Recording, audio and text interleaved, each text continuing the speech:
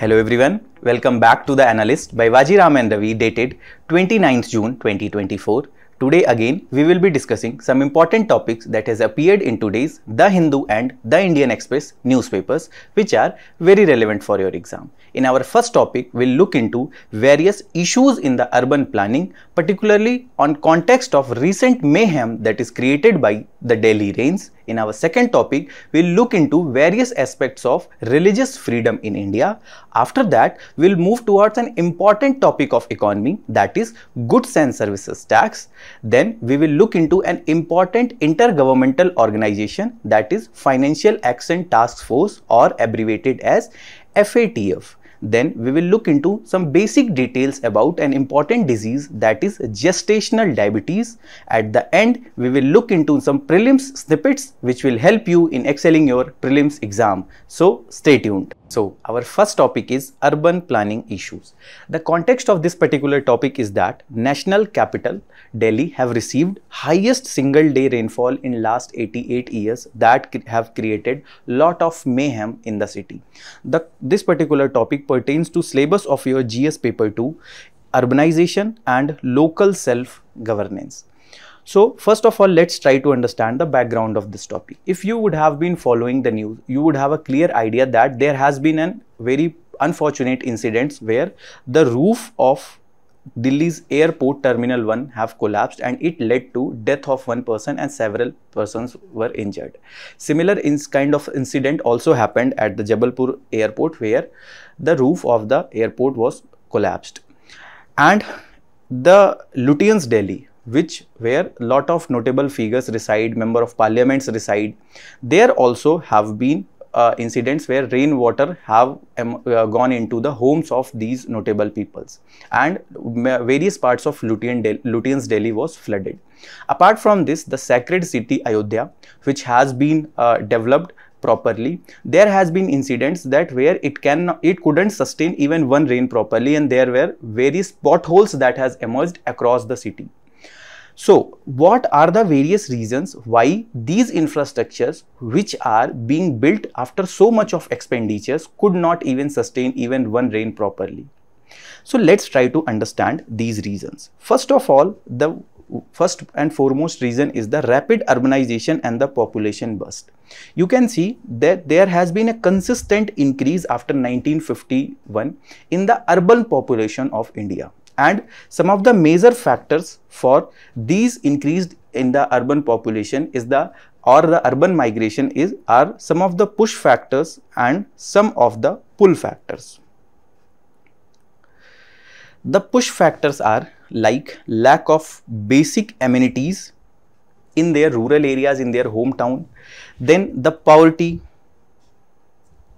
The pull factors like good employment, good health facility, good education facilities that are available in the urban areas. For example, most of my viewers who would be doing coaching by residing in the Delhi, why they have migrated from their rural population to the urban population? One of the main reason for that is the good educational facilities that are available in the Delhi. But rate or the pace at which this urban population is increasing, our urban infrastructure is not increasing with that level. So that is why there is a mismatch between rapid increase in the urban population and there is no as such integrated increase in the urban infrastructure as compared to the pace of urban increase in the urban population. I want to draw your attention towards this particular data which has been compiled by the United Nations Department of Economic and Social Affairs and National Family Health Survey, which says that 40% of India's population is projected to live in urban areas by 2030, which is an increase of almost 6%. Almost 34% of India's population was residing in the urban areas in 2011. But only 31% of urban population lack access to piped water or public tap water, and 67.3% of urban Indian households are not connected to a piped sewage discharge system, which shows that even the basic infrastructure facilities are not developed properly in the urban areas. And that is where we require a proper planning as well as a proper execution for a sustainable urban infrastructure. Now, before moving further, I want to ask a very basic question to you people, that which is the first planned city of India? And who are those persons who have planned this particular city? You people please comment your answers in the comment box. Now, let's look into various issues at the planning stage. The first is lack of proper master plan. The master plan means a plan where all the requirements of cities are tackled properly, all the requirements are seen properly by considering all the measures that have taken before and what can be taken further. It looks after various issues in the drainage system, sewerage system, pipe drinking water system, and there is a proper cooperation and collaboration that is there between multiple agencies, so that a comprehensive plan is made that can address the various issues of the infrastructure deficits that are there in the city. So as of now, there is lack of comprehensive proper master plan in majority of the urban cities, and that is creating lot of issues. Then the short-sightedness or myopic policy view, where only the immediate solutions are provided. Let's suppose in the Lutyens Delhi there has been waterlogging. So rather than making a proper plan that how we can address this problem in future so that this should not repeat in the next rainy season, the immediate solution will be provided, the declogging or the desilting will happen, but there should not be a proper plan to tackle this particular issue in the near future. And that is also leading to issues that this is happening every year. Okay, you would have seen one of the famous bridge in Delhi named Minto Bridge, where every year waterlogging is happening. And this is such an unfortunate incident that India's capital have facing such an issue, that despite knowing that this is a place which needs proper attention, we are not able to provide a proper solution to that particular spot, which has also taken several lives in past many years. Then there are lack of coordination between multiple agencies. What happens? For the pipe drinking water, we have a different agency. For sewerage, we have a different agency. And for drainage system also, we have a different agencies, which have some of the overlapping functions. But there is no proper cooperation. There is no proper integrated mechanism by which these agencies can function. And that is also leads to lot of confusion, and ultimately it is the general population which suffers. Then the lack of sufficient architects or engineers. India is producing some of the finest engineers, but the issues like brain drain, where we do not get, the engineers are not getting proper salaries and they are going outside. Apart from this, there is a mismatch between demand of the industry and what is being provided by the education through various universities and the colleges.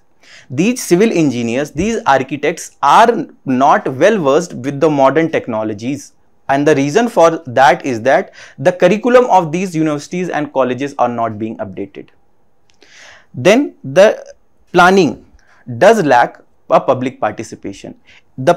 These planning are mainly top down. And that's where we do not consider the local needs that are required.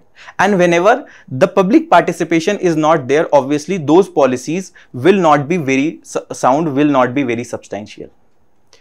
Similarly, what are the various issues in the implementation stages? First is the overburdened or the negligent ULBs or the urban local bodies. For example, Municipal Corporation of Delhi, they are mostly overburdened in works like solid waste management, okay, and other things, whereas and some of their negligent behavior. For example, the recent Lieutenant Governor of Delhi have also said that why municipality have not desilted properly the drains that before the rainy season. Almost only 40% of drains under the Municipal Corporation of Delhi were desilted until the night before the downpour as yesterday. More than 60% was not desilted when we already knew that we are in the rainy season and monsoon was going to arrive. And this shows the negligent behavior of the urban local bodies. Apart from this, there are lot of understaffing. Okay. Then other issues like where there is lack of proper financial resources.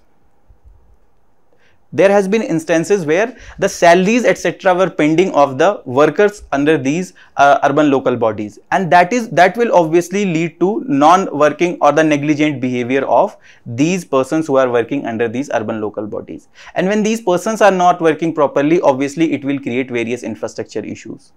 Then the poor quality or substandard material that is being used, and mainly when we are developing a project under the PPP model or public private partnership model. First of all, there is lack of proper parameters, that what are the parameters which a particular private company should follow. There should be a clear guidelines, but we lack a clear guidelines, comprehensive guidelines. And second is that there is lot of corruption involved. There is lot of collusion between politicians and different contractors, where these persons who are using the poor quality substandard material do not get caught, and there are incidents where they also hamper the proper audit mechanisms. So this lack of proper quality and substandard use of substandard material are also one of the reasons why these infrastructure issues are created. Then the lack of periodic maintenance. Every infrastructure that is built have a lifetime, but there is need for proper maintenance, and only when that infrastructure can be intact for a longer period of time. But there are lack of proper maintenance, and here also there have been incidents where, let's suppose, a particular company or a third party have been given this function, has been given this responsibility to look for various periodic maintenance, but they are not doing that, and that is where the implementation or execution of planning issues are coming. Then the lack of mandatory or timely safety audits. Here also the officers on the ground or the third parties are negligent, where they are not properly following the various parameters that they have to look in the various safety audits, and they are also not reporting these things in their safety audits, and that is hampering the full functioning of the infrastructures, collapsing of various roofs and taking various lives. Then there are lack of strict punitive measures, and that is where we come to the point that there are no mechanism where proper accountability can be set up. Let's suppose a particular incident happened. We should put a proper accountability on the officers, various companies etc. who are involved in that safety maintenance or the audit etc. But there are issues where the accountability is not set up properly, and if there will be a strict punitive measures, these companies or these peoples who have this accountability, they will take care of these things in future. But this lack of punitive measures, only few measures like suspension of the officers happen, and that do not creates a deterrent effect in the minds of these officers. So governments in the future should also look for these particular issues. And next is the public apathy. Okay, the public involved, we as a citizens, we after voted, we have elected our members of the various parliament, state legislature etc. But are we demanding proper infrastructure from them? Are we setting up the accountability from them? Answer is very less people are interested in doing these things. And second is that, are we also following our role that we have to, that we should not clog our natural drains. We should ensure that declogging is happening either through our expenditure, or we can ask the urban local bodies. So it is also one of the major reason for these infrastructure failures are that we as a citizens are also not playing our part properly. So what should be done in future to ensure that these infrastructure failures can be minimized, these infrastructures can be made much more intact? First is that there is need for proper planning and execution, and this planning should be done bottom to up rather than top to bottom. And second is that there is need for proper stakeholder consultation, where the public on the ground, state government, central government, various research and development institutes should be consulted, that how we can ensure a proper, intact, sound infrastructure can be built. Second is that while planning, we can also go through some of the case study from some of the foreign countries like Japan etc., which are facing various tsunamis etc. every year, but still their infrastructure is very resilient to that. So we can take help, we can take some learnings from these countries also. Then there is need for regulatory mandatory oversight mechanism. We have enough rules and laws, but the issue is in the execution part, that these rules and laws are not being executed properly, where that is the need of the hour, that there is need of proper oversight mechanism where all the rules and laws, policy measures which are in place should be seen properly, whether that are being executed, implemented properly or not, whether all the parameters that are given while building an infrastructure are being followed or not. Then there is need for strict accountability mechanisms. The accountability should be ensured. There should be strict punitive measures that should be taken on whoever is responsible for one of the infrastructure failures, because this will create deterrent effect in the society and probably these things will not repeat in future.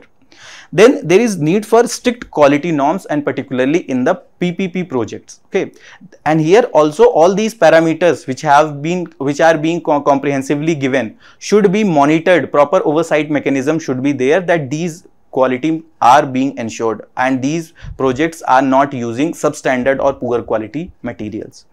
And at individual level also, we should ensure that we do our part. We do not hamper the urban infrastructure. We do not deface the urban infrastructure. And as a responsible citizen, whatever we can guide to in the policy making, that we should do, so that a proper sustainable and urban infrastructure can be in place for any of the city.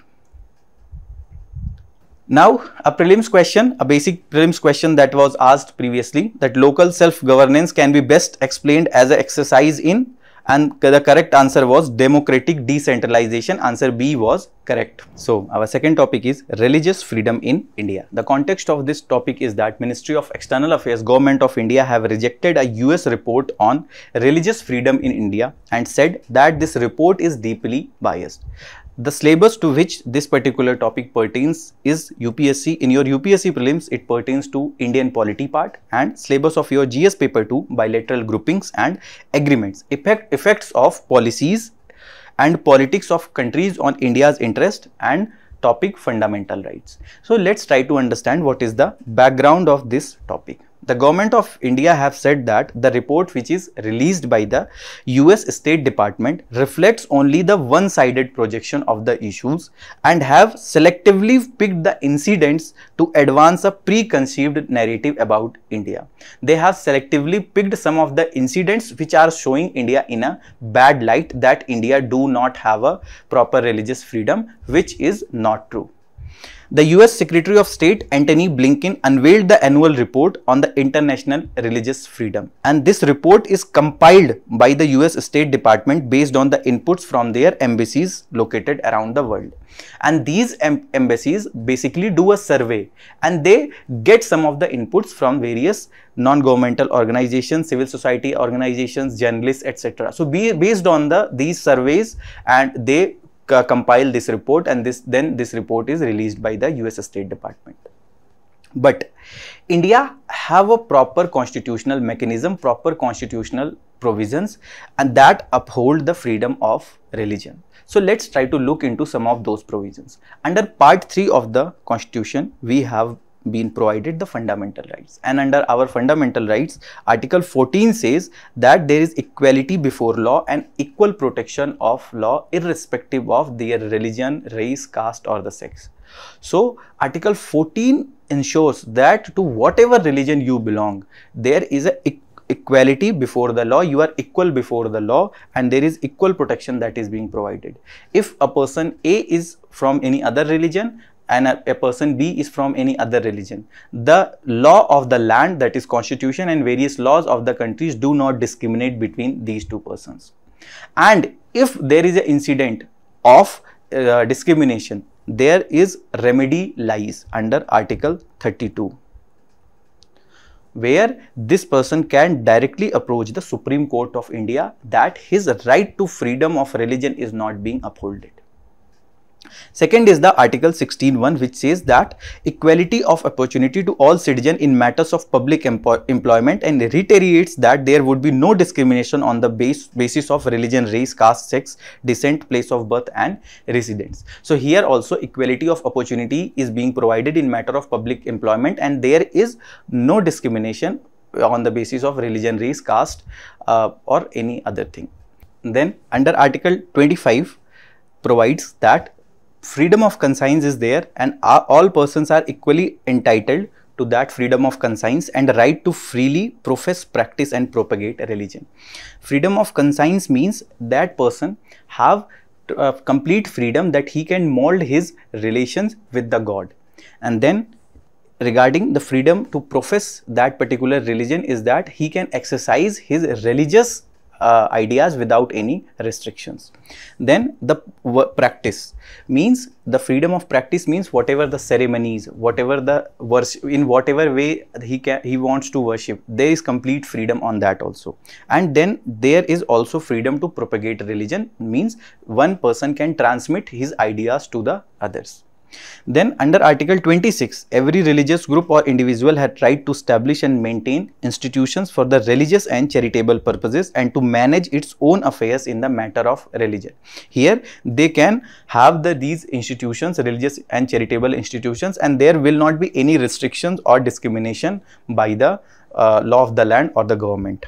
Then under Article 27, it provides that state shall not compel any citizen to pay any taxes for the promotion or maintenance of any particular religion or religious institution. So let's suppose the state is providing some security services to any of the religious institution. So the state cannot compel to those religious groups or people to provide taxes, only then the state will be providing the security services. Then under Article 28, it allows educational institutions maintained by the different religious groups to impart the religious instructions. These religious groups have freedom to impart the religious instructions based on the religious texts of that particular religion. Then under Article 29 and 30, they provide the cultural and educational right to the minorities, and particularly here the linguistic minorities are there, who have right to preserve their scripts, their languages. Okay, and they also can establish their educational institutions. Then under Article 51A, which provides for the fundamental duties, which is under the Part 4A of the Constitution of India. It obliges all the citizens to promote harmony and the spirit of common brotherhood, to value and preserve the rich heritage of our composite culture. So this is like promoting the fraternity, a sense of brotherhood among the different religious groups, among the people belonging to the different religious group. Now, 42nd Constitutional Amendment 1976 came, which inserted word secular in the preamble. And it stated that secular means a republic in which there is equal respect for all the religion. There is no discrimination or there is no support by any by the state to any one particular religion. Now a question I want to ask to you people, and you comment your answers in the comment box, that what are the various other words that were inserted in the preamble by 42nd Constitutional Amendment. One word I told you, that is the secular. And what are the other words that has been inserted in the preamble by the 42nd Constitutional Amendment? So now let's try to understand what does secularism means, since we have just looked that the word secular has been inserted in the preamble and that is also upholding the freedom of religion in India. So basically secularism is an ideology which emphasizes the separation of religion and the state and the neutrality of the government with respect to the religious beliefs. So government is neither supporting nor discriminating between any two religion or different religions of the country.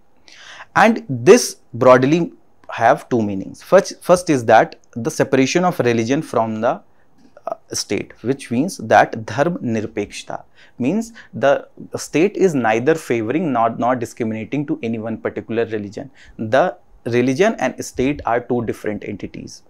Then the equal respect to all religion by the state, means government have no any bias towards one particular religion, rather it have equal respect for every religion, and that is called as the sarva dharma sambhav, where equal respect is there for all the religions. And judiciary have also held to shape the secularism that is there in India at this point of time. In the Keshwanand Bharati versus State of Kerala 1973 famous case, Supreme Court have said that the secularism is a part of basic structure of the constitution which cannot be changed, which cannot be tweaked, which cannot be molded. Then in S.R. Bommai versus Union of India case 1994, the Supreme Court again elaborated on the meaning of the secularism, and court reiterated that secularism means equal treatment for all the religions without any favor, without any bias or discrimination. So that was all from this particular topic. Let's move towards another topic. So our next topic is Goods and Services Tax or GST. The context of this topic is that recently GST Council met after a long gap and number of decisions have been taken. The syllabus to which this topic pertains is GS Paper 2 Government Policies and Interventions and Constitutional Bodies. This also relates with your GS Paper 3 Fiscal Policy, Growth and Development. So let's try to first understand what is the background, why this particular topic is in news. So GST Council, which was convened last week for first time in almost nearly 9 months. So since almost 9 months there hadn't been any meeting of the GST Council. And some of the major decisions that were taken in this meeting of GST Council was that certain exemptions were provided in the GST. One is the hostel accommodation costing up to 20,000 rupees per month. And second is that railway services that is availed by the passengers. Some of the basic services like the platform tickets, okay, the cost of the retiring room, etc. So that has been also exempted from the GST. Then a uniform 12% rate on the packaging, cartons, milk cans and solar cookers, doing away with the confusing classification differences based on the material or the technologies. So for these products there will be a uniform 12% rate. And council also plans to take stock of 2021 plan to rationalize the multiple rate GST structure. At this point of time we have a different GST slabs structures, 0%, 5%, 18%, 28%. So there was a plan in 21 that we will rationalize these different structures, and government is GST Council is of view that there is a time that in next meeting we can think on rationalizing those different slabs. So let's try to look into the basics of Goods and Services Tax. This GST bill was introduced in 2014 through 122nd Constitutional Amendment Bill, and this became the 101 Constitutional Amendment Act 2016. And it has introduced GST in India. It has subsumed various central taxes like excise duty, service tax, etc. under the central GST, and various state taxes like value added tax, which were earlier being implemented by the state government, luxury tax, entertainment tax under the SGST. And then there is IGST or integrated GST, which will cover the interstate trades. So let's try to understand this with one of the examples. So let's suppose there is a product A which is being produced in Uttar Pradesh and it is being consumed in Uttar Pradesh. So here CGST and SGST will be levied. Means in the case of intra-state supplies within the state, if production and consumption both are happening, the SGST and central GST will apply. But if this product is being produced in the Uttar Pradesh, but if it is consumed in the Tamil Nadu, so here the integrated GST will apply. So in case of interstate trade, IGST is levied or applied. Then this Amendment Act 101 Amendment Act have also introduced GST Council, and it has been provided under Article 279A, which says that President shall establish a GST Council. Under this GST Council, the chairman will be the Finance Minister of India, and there will be various members who will be nominated by the various state governments. Center will have 1/3 voting power and states will have 2/3 voting power in this GST Council. And the decisions will be taken by the 3/4 majority. And GST Council is a prime example of the cooperative federalism, where decision is being taken based on the consensus, based on the cooperation and the collaboration. So moving forward, what are the various features of the GST? First of all, it is applicable on the supply side. What was happening earlier? Let's suppose a product A is being produced Okay, it is being manufactured. So by in the process of manufacturing only, excise duty will be applied. But here the GST is only being applied when this particular product A is being consumed. All the other taxes which has been levied in process on the inputs, etc., that will be given back under the input tax mechanism. Then there is the second feature is it is destination based tax, means tax is being levied on in the state or at the place where it is being consumed rather than where it is being produced. Next is input tax mechanism. What does it mean? Let's take a very basic example to understand. Let's suppose there is a chocolate manufacturing company which is using some of the inputs. Let's suppose flour, chocolates, sugar, etc. Now let's suppose it has given 100 rupees on various products that input products that it is using for making that chocolate. Now this company have already paid 300 rupees of GST on the inputs. Now let's suppose after the final production of this chocolates, let's suppose the 500 tax liability is coming on the chocolates that is produced by this company.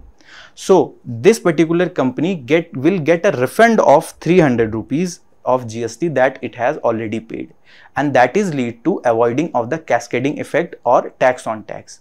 And that this is one of the prime feature of the GST, that whatever the tax that is being given on the inputs, that will be refunded back, that will be given back, and that is the input tax mechanism is all about.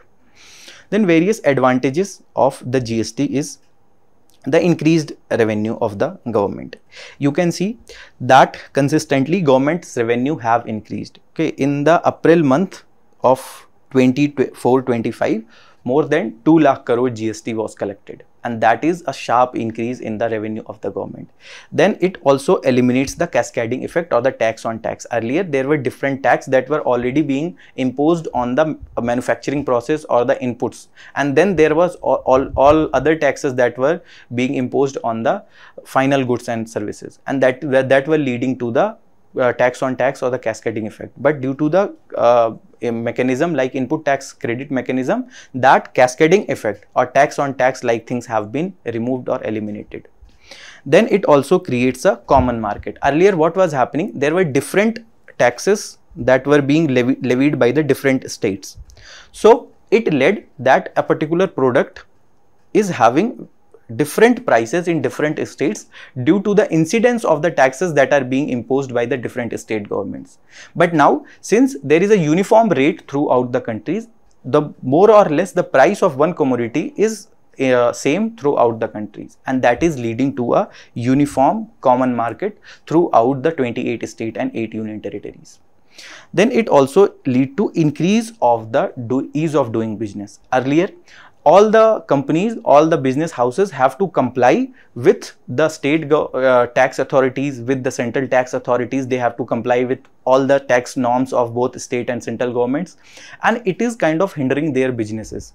But after coming of GST, this tax compliance has become easier, and lot of things have been digitized, and that is also led to a lower time that they have to devote for the tax compliance, and it have increased the ease of doing business, and that has also reflected in the ease of doing business report by World Bank, that India's rank have increased to 63. Then it have also led to reduction in the corruption and the leakages. Earlier, lot of taxes were being lost in the process of the collection of the taxes. But now, since most of the things have been digitized, the reduction is seen in the corruption and the leakages in the tax collection and the revenue generation by the government. So now let's look into various issues that are plaguing the GST regime in India.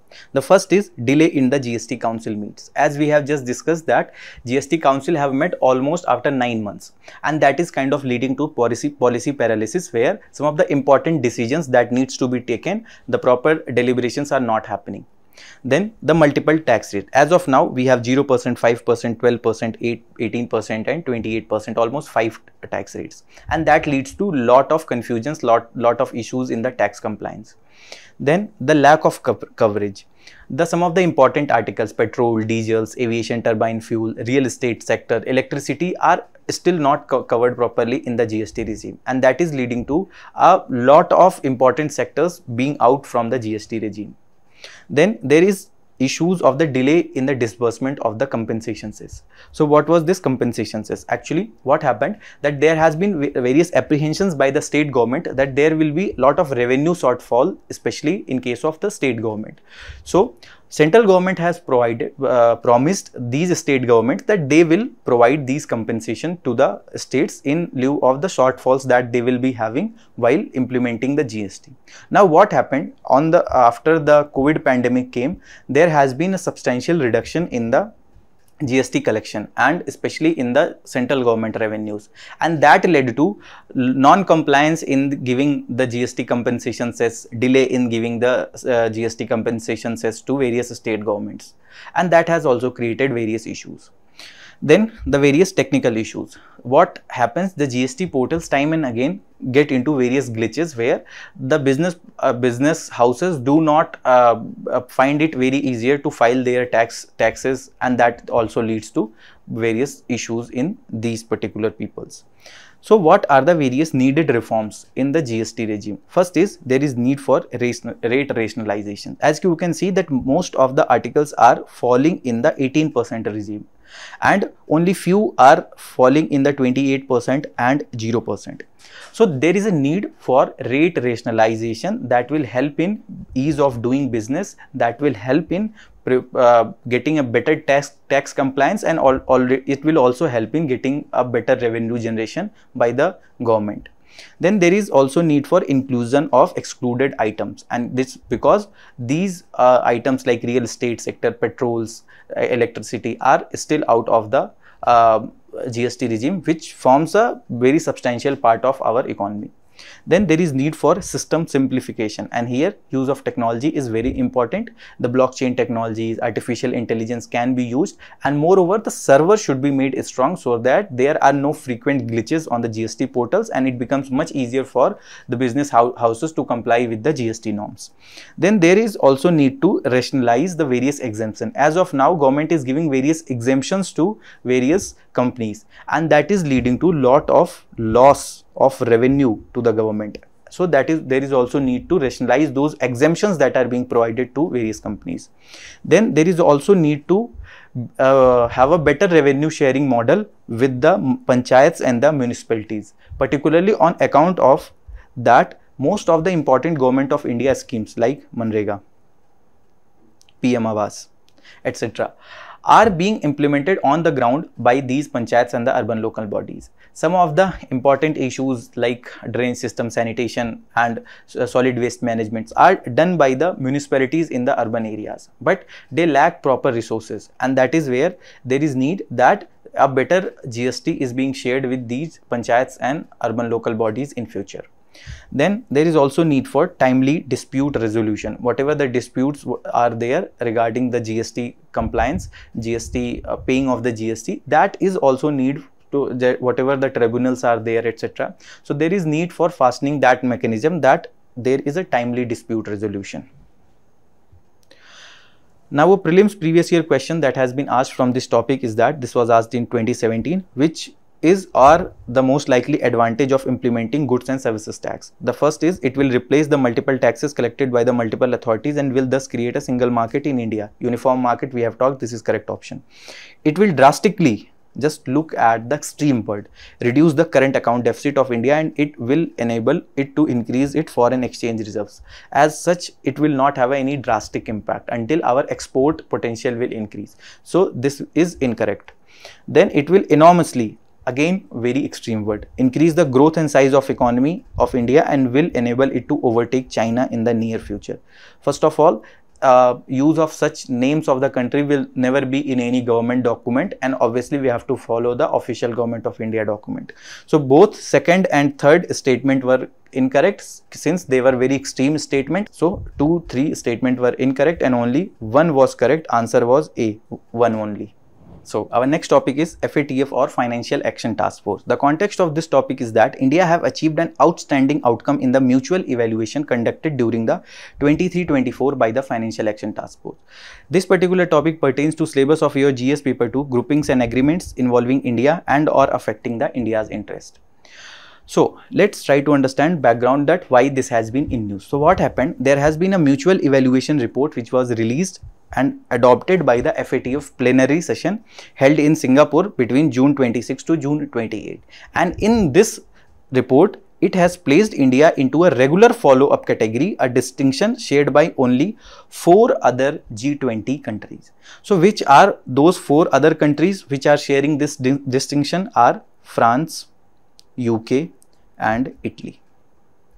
Second is that what does this regular follow-up category means? It means it shows that under this report it has been seen that India have a proper anti-money laundering and terrorism financing laws in place.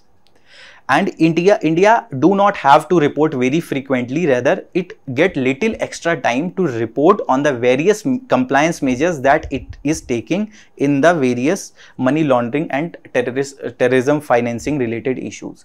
So basically it is a category that where you are given an exception that the reports that you have to present regarding how you are complying, you get a little extra time. And second is that it is also signifying that India have a robust money laundering and terrorism financing mechanisms in place. And so what is this FATF? So FATF is an intergovernmental organization which was set up in 1989 and it majorly developed policies to combat money laundering, and its mandate was expanded to include the terrorism financing in 2001 after the 9/11 attack in the US where Twin Towers were demolished. Now let's try to understand some other basics of FATF. It operates from the Organization for Economic Cooperation and Development and its headquarters is in Paris, and its plenary decision or this plenary of the FATF is actually a decision making body which meets 3 times per year. It is a 40 members body including India. India became an observer in 2006 and a full-time member in 2010, and it have 2 regional organizations, the European Union and Gulf Cooperation Council. So at most of the places as of now, you will still find that there are only 39 members, whereas last year, at the end of last year, the Indonesia, which was earlier have observer status, became a full-time member. So at present, this FATF have 40 members where 2 regional organizations are also in place. So what is the mandate of FATF? It recognizes the need to continue to lead decisive, coordinated and effective global action to counter the threats of the abuse of the financial system by criminals and the terrorists, and it strengthens its capacity to respond to these threats that all countries are facing. So mainly it is tackling the money laundering and terrorism financing related issues. So our next topic is gestational diabetes. The context of this topic is that experts have recommended to screen all pregnant women for gestational diabetes with point of care test. This particular topic pertains to syllabus of your GS paper 2, health, government policies and interventions. So what was earlier happening? There was a oral glucose tolerant test which were being used to detect the gestational diabetes in the women, and particularly in the women located in the rural areas. But now experts have recommended that this should be replaced by HbA1c test, and this can be also used at the point of care. And this test can be administered by the health worker at home in the first trimester, and it will lead to a better accessibility and the detection of these gestational diabetes.